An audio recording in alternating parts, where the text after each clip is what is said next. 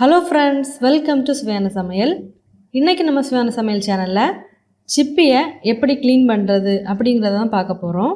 சுவையான சமையல் சேனலை நீங்கள் இன்னும் சப்ஸ்கிரைப் பண்ணலைன்னா சப்ஸ்கிரைப் பட்டனை கிளிக் பண்ணி சப்ஸ்கிரைப் பண்ணிக்கோங்க. கூடவே பக்கத்தில் வர பெல் ஐக்கானை கிளிக் பண்ணி ஆல் செலக்ட் பண்ணிக்கோங்க.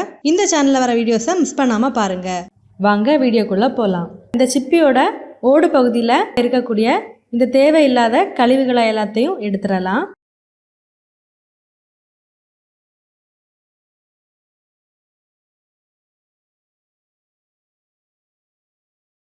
இந்த மாதிரி மண் ஏதாவது இருந்துச்சு அப்படின்னா கத்தியால் நல்லா இலக்கி விட்டு அதை எடுத்துக்கோங்க.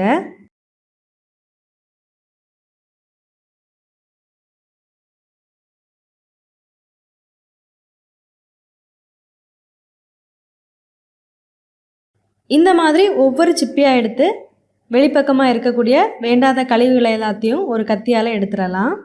இந்த மாதிரி எல்லாத்தையுமே நீட்டாக க்ளீன் பண்ணி எடுத்துக்கோங்க. இந்த மாதிரி நம்ம நீட்டாக க்ளீன் பண்ணி எடுத்தோம் அப்படின்னா தான் நம்ம சாப்பிடும்போது அதில் மண் எதுவும் இல்லாமல் நல்லா இருக்கும். அதனால நல்ல பொறுமையாக இதை நல்லா க்ளீன் பண்ணி எடுத்துக்கோங்க.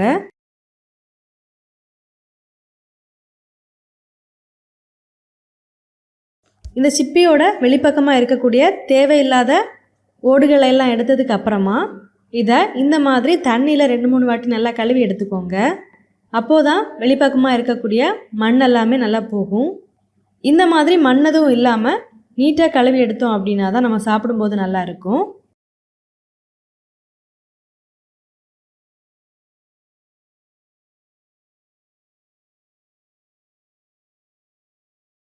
பாருங்கள், நல்லா நீட்டாக க்ளீன் பண்ணி எடுத்தாச்சு. இப்போது இந்த வெளிப்பக்கமாக இருக்கக்கூடிய இந்த ஓட்டு பகுதியை தனியாக எடுக்கிறதுக்காக நம்ம இதை வேக வச்சு எடுத்துடலாம். இதில் நீங்கள் தண்ணி எதுவுமே சேர்க்க வேண்டாம். நம்ம வேக விடும்போது அதுவே தண்ணியை வெளிவிடும். இதை ஒரு மூடி போட்டு மூடிடலாம்.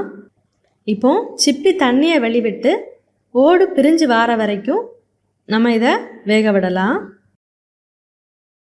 பாருங்கள், சிப்பி நல்லாவே தண்ணியை வெளிவிட்டு நல்லாவே கொதிக்க ஆரம்பிக்குது. பாருங்கள், இப்போ இந்த ஓடும் பிரிஞ்சு வந்தாச்சு. இப்போ இதை நம்ம அடுப்புலேருந்து எடுத்துடலாம். இதை கொஞ்சம் சூடார விட்டு எடுத்துக்கோங்க. இது சூடாறினதுக்கு அப்புறமா இந்த மாதிரி ஒரு சிப்பி எடுத்துக்கோங்க. இப்போது இதுலேருந்து நம்ம அந்த சதை பகுதியை மட்டும் தனியாக எடுத்துடலாம். இந்த ஓடை இந்த மாதிரி எடுத்தீங்க அப்படின்னாலே இது சுலபமாக இலகி வந்துடும். இப்போது இந்த சதை பகுதியிலேருந்து இந்த முடி மாதிரி இருக்கக்கூடிய இந்த பகுதியை மட்டும் நம்ம தனியாக எடுத்துடலாம். இதை எடுத்ததுக்கு அப்புறமா இந்த மாதிரி பின்பக்கமாக இருக்கக்கூடிய கழிவுகளையும் எடுத்துக்கோங்க.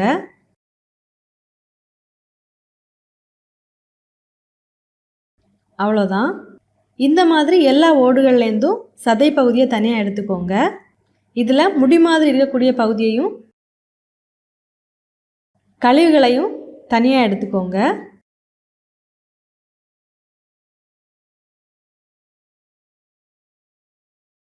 பாருங்கள், எல்லாத்தையுமே க்ளீன் பண்ணி எடுத்தாச்சு. இந்த வீடியோ உங்களுக்கு யூஸ்ஃபுல்லாக இருந்திருக்கும் அப்படிங்கிறத நான் நம்புகிறேன். இந்த மாதிரி நீங்களும் உங்கள் வீட்டில் செஞ்சு பாருங்கள். செஞ்சு பார்த்ததுக்கு அப்புறமா உங்கள் கமெண்ட்ஸை மறக்காமல் எங்களோட ஷேர் பண்ணுங்கள். இந்த வீடியோ உங்களுக்கு யூஸ்ஃபுல்லாக இருந்துச்சு அப்படின்னா உங்கள் நண்பரோட பகிர்ந்து கொள்ளுங்கள்.